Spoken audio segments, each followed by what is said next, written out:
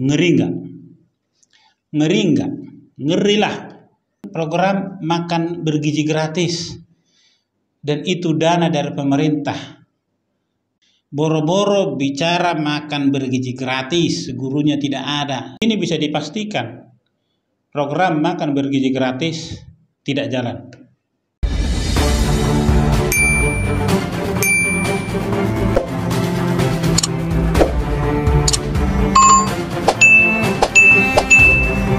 Seorang siswa SD di Pulau Nias memviralkan sekolahnya karena tidak ada guru.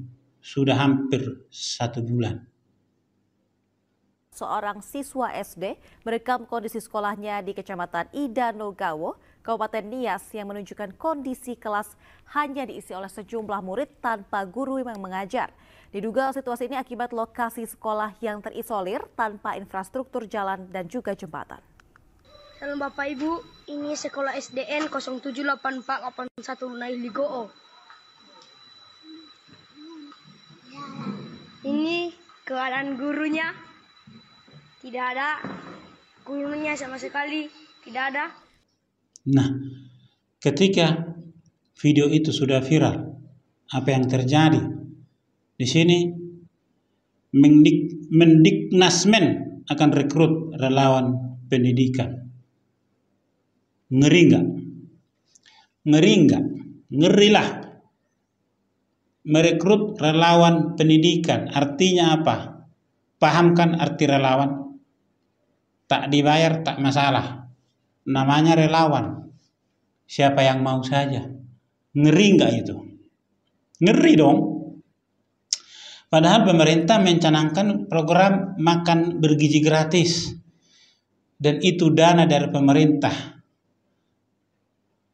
Nah, sekarang untuk guru yang mengajar, Mendiknasmen, Menteri Pendidikan Dasar dan Menengah, akan merekrut relawan pendidikan. Saya bicara dari kata relawannya saja.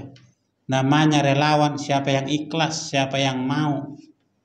Ya, ngeri nggak itu? Artinya apa? Kita tidak bisa menuntut kalau nanti relawan ini tidak datang lagi ke sekolah, tidak mengajar lagi, akan bisa terulang kembali peristiwa itu. Tidak ada guru di sekolah. Namanya relawan. Ya. Kembali lagi yang tadi. Boro-boro bicara makan bergizi gratis, gurunya tidak ada. Terus dicari lagi relawan. Bagaimana perencanaannya ini? Bagaimana perencanaannya ini? Kemudian Kemendikdasmen siapkan fasilitas sekolah yang viral di Nias Sumut. Setelah viral, ya baru disiapkan fasilitas sekolah. Oke lah, karena tidak semua bisa ke data. Tapi selama ini Kemendiknas di Kabupaten Nias bagaimana? Di mana bupatinya sebagai pemimpin daerah? Apakah mereka tidak tahu ini semua kondisinya? Kalau tahu, kenapa tidak dieksekusi? Kenapa tidak diperbaiki? Padahal pemerintah sudah bicara dengan program makan bergizi gratis. Mau sehebat apapun makan kalau tidak ada guru yang mengajar bagaimana? Dan bagaimana mungkin makan bergizi gratis sampai ke sekolah ini? Siapa yang mau? Siapa yang mendata? Yang mendata kan pasti guru. Gurunya nggak ada. Nah, kalau di sini anak buah Mayor Teddy cek sekolah di Nias yang viral. Oke, Seskap, Sekretaris Kabinet ngecek. Sama artinya si siswa ini melapor ke Sekretaris Kabinet melalui video. Maka dicek, wajar. Seskap tidak tahu kondisi itu. Karena itu bukan bidang khusus bagi dia. Tapi ini Kementerian atau Mendiknasnya ini masa tidak tahu kondisi itu? Masa begitu viral langsung bisa semua disiapkan? Berarti kan ada dananya. Apakah semua harus menunggu viral? biar berjalan semua? Hah? Ini kan menyedihkan. Katanya akses ke tempat itu atau tempat itu terisolasi. Bagaimana sekolah dibangun di tempat yang terisolasi? Hah?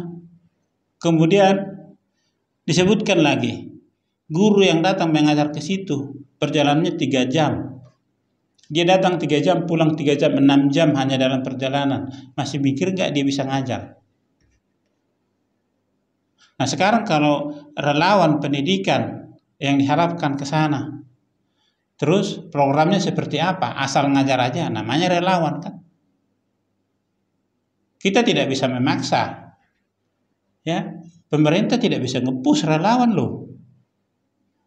Memang pemerintah bisa memberikan ini programnya, kau harus laksanakan begini-begini. Dia relawan.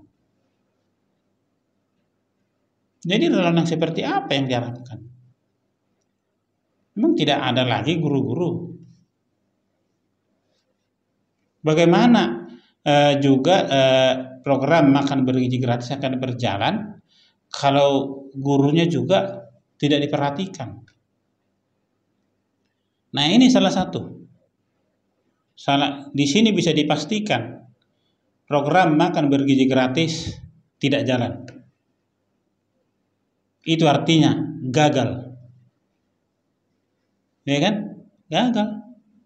Nah sekarang begitu viral, fasilitas disiapkan, segala macam langsung dieksekusi. Apakah semua peristiwa-peristiwa yang tidak mendapat perhatian harus diviralkan dulu? Nah untuk menutupi kekurangan ini nanti dibikin lagi seremonial, ya, penghargaan terhadap anak sekolah itu yang berani menyuarakan. Nah dengan dibikin seperti itu tertutup lagi ini semua kekurangan ini. Korupsi di negara ini triliunan, ya? Korupsi di negara ini triliunan, dan barang bukti sitaan juga triliunan. Nah seperti berita yang berikut ini, ya, beberapa tahun yang lalu barang sitaan itu 5 triliun, barang suap yang hakim yang di Surabaya 1 triliun. Terus barang sitaan ini diperuntukkan kemana? Dipakai kemana? Hah? Ya pakai aja barang sitaan itu untuk membangun semua sarana dan prasarana itu, ya kan? Karena tidak mungkin juga negara ini akan membuat perencanaan dari barang-barang sitaan, ya kan? Kita akan membangun jalan, akan membangun ini, dan aja dari mana? Dari barang sitaan, mana ada? Jadi barang-barang sitaan, dana sitaan, uang sitaan yang segitu banyaknya peruntukannya kemana? Juga kan rakyat perlu tahu juga itu. Yang korupsi, yang kerugian negara, taruhlah kerugian negara kita nggak bisa tuntut itu.